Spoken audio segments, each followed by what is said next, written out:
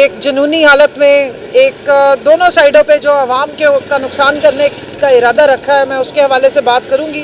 बतौर पाकिस्तानी हम मुत्तहिद हैं, हम अपनी फोर्सेस के साथ खड़े हैं, वो हमारे साथ खड़े हैं, हम उनके साथ खड़े हैं। और इस हवाले से कैदी नंबर 804 अडयाला में, जिसको 640 दिन हो गए हैं बंद किए हुए, सबसे बड़ा और सबसे तगड़ा बयान उनका है। बावजूद इसके कि उनको आइसोलेट किया गया इमरान खान साहब को, मैं खुद आज से पिछले हफ्ते मैं भी जाके वहाँ खड़ी रही जुमेरात को, हमें नाकों पे रोक दिया जाता है, आगे जाने नहीं दिया जाता, 5-5, 6-6 घंटे बिठाया जाता है और सीधा कह दिया जाता है कि भले आप कोर्ट से ऑर्डर्स लेकर आए हैं, भले आप 3 मेंबर बेंच से आपके हाथ में इजाज़तनामा है, लिस्ट भी जो है वो कोर्ट की जिस तरीके से प्रोसीजर तय हुए थे उसके मुताबिक बनी है, लेकिन आप बेफिक्र हैं, आपको आगे नहीं जाने दिया जाएगा। तो सारे हवाले के बावजूद आज 6 हफ्तों से मुकम्मल खान साहब से मुलाकातों पे पाबंदी है। कम से कम 6 महीने से ऊपर हो गए हैं कि पॉलिटिकल लोग जो हैं उनको बिल्कुल एक्सेस नहीं दिया जा रहा। हमारी पॉलिटिकल जितनी भी लीडरशिप है वो खान साहब से जाके नहीं मिल सकते। उसके बावजूद बहुत चेरी पिकिंग की जाती है, जिन लोगों को भेजा जाता है उनको जाने नहीं दिया जाता, कोई रैंडम से लोगों को अंदर भेज दिया जाता है। लेकिन उसके बावजूद आप देख लें कि अंदर बैठा हुआ अडयाला में जो कैदी नंबर 804 है, उसका दिल सिर्फ पाकिस्तान के लिए धड़कता है। ना उसने सियासत ना इक़्तिदार, उसने इस मुल्क की बका सिक्योरिटी की बात की। और आज 4.5 मिलियन से ज़्यादा अगर उसका बयान और उसकी ट्वीट शेयर हुई है, तो आप सोच लें कि इतने कदावर लीडर को, जिसके पीछे सारी कौम मुत्तहिद है, जो इस वक्त बाइंडिंग फैक्टर बन सकता है, जो मुल्क में एक जो खलीज पैदा हो गई है अवाम के बीच में या फोर्सेस के बीच में, उसको ख़त्म कर सकता है, जो सारे सूबों में जो सारे सूबों को साथ लेके चल सकता है, उससे कितनी हुकूमत डरी हुई है और उनको सामने नहीं आने दे रही। मैं समझती हूँ इस वक्त आप अपनी सियासत से बालातर हो, भले ही आप फॉर्म 47 के हैं, लेकिन इस वक्त हुकूमत तो आप ही है ना। ये आपके ऊपर इस वक्त फ़र्ज़ बनता था कि आप मुल्क को हीलिंग टच देते और इस मुश्किल वक्त में सारों को मुत्तहिद करते। जी, ये मोदी ने एक IMF को ख़त लिखा है, ये ख़त बानी चेयरमैन की जानिब से भी लिखा गया था, क्या मसला समझते हैं आप?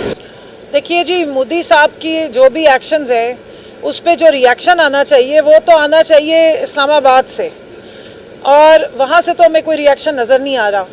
माशाअल्लाह से जो मोदी के असली दोस्त हैं, जो उनको शादियों पे वलीमों पे बुलाते रहे, चावल और पेश करते रहे, गुलाबी पग्गे पहन के उनका इस्तकबाल करते रहे, आमों की पेटियाँ भेजते रहे, साड़ियाँ भेजते रहे, वो तो ये सारा मामला शुरू होता गया था। उन्होंने पैडल मारा तो सीधा जाके ब्रेक लाई है लंदन, और लंदन भी जाके ऐसी गोंद खा के बैठे हैं कि मुंह खुल के ही नहीं दे रहा है।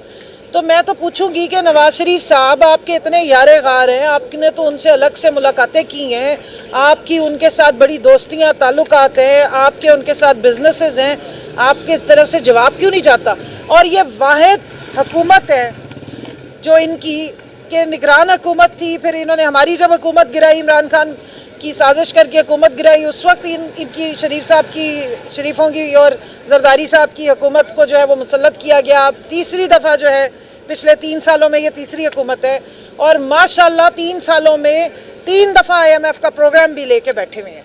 तो ज़्यादा तकलीफ़ तो इनको होनी चाहिए। अगर इन्हें आवाम की कोई तकलीफ़ है, आवाम को रिलीफ देना में ये इंटरेस्टेड हैं, और वाकई अगर इनके ये तो बड़े एक्सपीरियंस्ड इनकी माशाल्लाह से टीम भी है, और वो सारी बावजूद उसके मोदी साहब के लिए जो याराना है और दोस्ताना है वो निभाने से उनको फुर्सत नहीं है, और मुंह बिल्कुल बंद है और खामोशी इख्तियार की हुई है।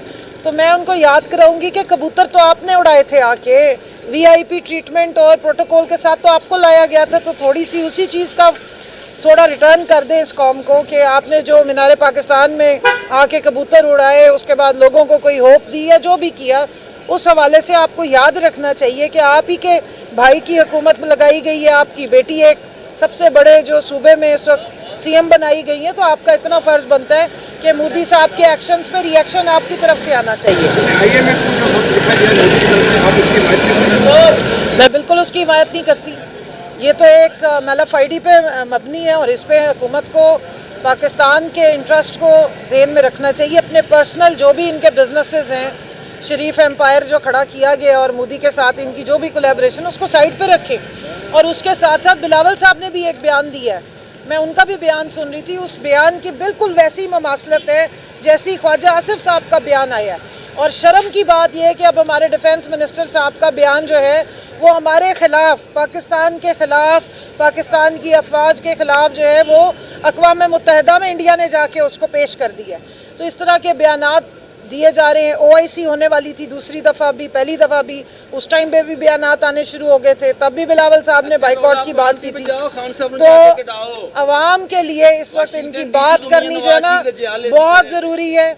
इनको चाहिए कि अवाम के इंटरेस्ट को वॉच करें, पाकिस्तान के इंटरेस्ट को वॉच करें और इन सारे जो अपने पर्सनल इंटरेस्ट हैं उनसे ज़रा बाज रहें। बतौर पाकिस्तानी हम मुत्तहिद हैं, हम अपनी फोर्सेस के साथ खड़े हैं, वो हमारे साथ खड़े हैं, हम उनके साथ खड़े हैं।